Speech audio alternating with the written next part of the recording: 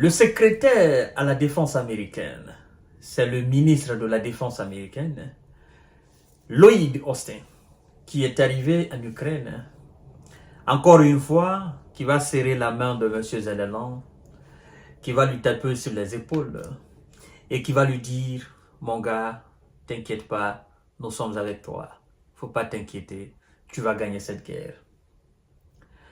Et qui annonce à M. Zelensky, bon, tu sais, ton plan de victoire là, c'est très grave. On ne peut pas le valider. Néanmoins, prends 400 millions de dollars, quelque chose de 300 et quelques 360 et 370 millions d'euros. On va acheter des capacités militaires pour toi. T'inquiète pas, nous sommes avec toi. Mais avant que lui ne le dise, avant que lui ne le fasse, M. Biden, le mercredi, je crois, en Allemagne, avait annoncé une nouvelle aide de 425 millions de dollars. Bon, l'Amérique n'a plus d'argent. Non, les dépenses de la guerre de l'Israël et ce qui a déjà été fourni en Ukraine, c'est assez... L'Amérique n'a plus d'argent. Et c'est au vu de tout ça que l'Amérique tourne le dos à M. Zelensky. D'accord? L'Amérique se dit, ben, écoutez, finalement, nous comprenons les peines de Zelensky. C'est vrai qu'au début, nous lui avons fait assez de promesses. Mais là, on n'est plus à mesure parce qu'il n'y en a plus dans le stock. Et puis, nous sommes dans une période électorale. Et c'est franchement dommage, c'est honteux parce que M. Biden, souvenez-vous, moi-même, nous avons eu à épiloguer ça ici. M. Biden a promis à M. Zelensky qu'il va consacrer du moins le reste de son mandat, c'est-à-dire les 1 mois qui restaient, ce mois d'octobre qui restait, parce qu'il a dit ça, c'était le mois de septembre, hein. Il dit le mois d'octobre là qui restait, il allait consacrer ça uniquement sur le renforcement des capacités militaires de l'Ukraine, hein, et à mettre l'Ukraine dans les bonnes positions, dans les positions de force, hein, afin d'entamer les négociations avec la Russie. Mais si aujourd'hui, on se retrouve avec 425 millions, avec 400 millions, même si on fait le cumul des deux, ça nous donne 825 millions. Sachant très bien que un seul système de défense aérienne patriote, ça va chercher dans les 1 milliard et quelques. Et bon, les missiles qui sont utilisés pour intercepter, les missiles intercepteurs qui sortent des différentes gueules de ce système patriote pour intercepter les drones et les missiles russes, ces missiles, ça varie dans les bandes, ça va toucher, c'est plusieurs millions, c'est plusieurs milliers de dollars. Vous voyez? Et donc, M. Biden, Monsieur le secrétaire à la défense, Lloyd Austin, 400 millions, c'est quoi? C'est quoi? Monsieur Biden, 425 millions, c'est quoi? C'est pour faire quoi en Ukraine? Vous allez acheter quoi avec 425 millions? Ça fait combien de chars? Chars Abrams. Ça fait combien de missiles? Ça fait combien de lance-roquettes multiples? Ça fait combien de roquettes? Ça fait combien d'obus? 825 millions, ça représente quoi? C'est rien. C'est rien. Moi, je me pose la question, et je sais aussi que vous vous posez la même question. Et les médias n'en parlent plus. En fait, n'est-ce pas le Congrès américain a voté 60 milliards pour l'Ukraine? N'est-ce pas? Mais où sont passés ces 60 milliards? 60 milliards.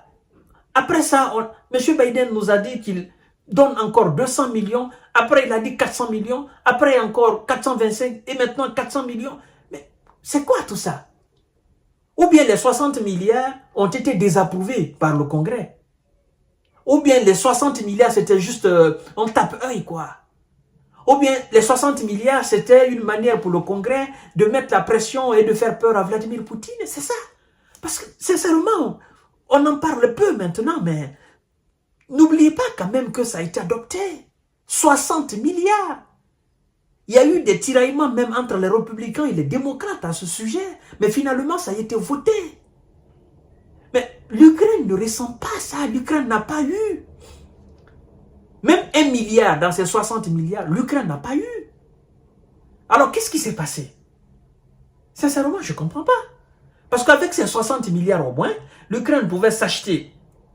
On pouvait doter l'Ukraine, on pouvait quand même doter toutes les grandes villes de l'Ukraine qui restent avec des systèmes de défense patriotes très efficaces. Même le dôme de fer qui est inefficace aujourd'hui en Israël, on pouvait au moins doter l'Ukraine de 2-3 dômes de fer. Au lieu de cela, on lui donne de l'argent en catimini. Sincèrement, c'est la honte.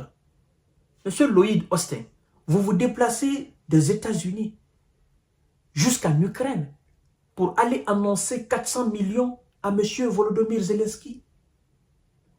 Mais vous n'avez pas honte? Sincèrement, à votre place, je ne le ferai pas.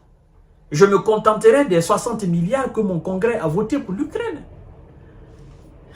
Chères dames, chers messieurs, chères demoiselles, l'Amérique a perdu face à la Russie. Et l'Amérique ne veut pas l'admettre. Mais le monde sait que l'Amérique a perdu. La Russie, elle est victorieuse. La Russie a remporté sa guerre contre l'Amérique. C'est ça. Et bien sûr, l'Amérique déclare la guerre et la Russie remporte cette guerre face à l'Amérique et ses alliés. L'Amérique et ses alliés ne veulent pas admettre qu'ils ont perdu. Et ils ont perdu. À moins qu'on soit animé de mauvaise foi ou qu'on ne veuille pas accepter la vérité. Mais ils ont perdu la guerre. Ils sont pilonnés de gauche à droite. Et plus le temps passe, plus la Russie les écrase sur le terrain. Vous imaginez? Du mois de juin, juillet, août, septembre, octobre, les victoires que la Russie a enregistrées sur le terrain. Hier, il y a une nouvelle localité qui est tombée. Et là, maintenant, c'est Pokros qui s'apprête à tomber. Mais tout cela, c'est de l'humiliation. Après, vous faites des fanfaronnades d'annonces de quelques miettes d'argent à M. Zelensky. Vous pensez qu'il a confiance maintenant en vous? Non. C'est parce qu'il s'est vu engagé dans quelque chose. Il se dit, c'est très difficile pour moi de faire marche arrière maintenant. Voilà, mes soldats vont m'éliminer parce que j'ai envoyé trop de jeunes Ukrainiens à l'abattoir. Et puis, voilà, mieux vaut continuer comme ça. Et puis... c'est juste ça. Sinon, M. Zelensky, de là où il est aujourd'hui, il n'a plus confiance aux Américains, encore moins aux Européens. Il n'a plus confiance en personne. M. Zelensky a plus confiance aujourd'hui aux Russes qui sont pragmatiques sur le terrain que ses alliés, ses propres alliés, parce qu'il ne fait que perdre de son pays. C'est franchement dommage. Il se déplace des États-Unis pour venir annoncer 400 millions à M. Zelensky. C'est indescriptible. Je vous donne rendez-vous tout à l'heure pour notre série d'informations décortiquées. Ah, les États-Unis d'Amérique, qui a fait rêver tant de personnes, surtout nous les Africains.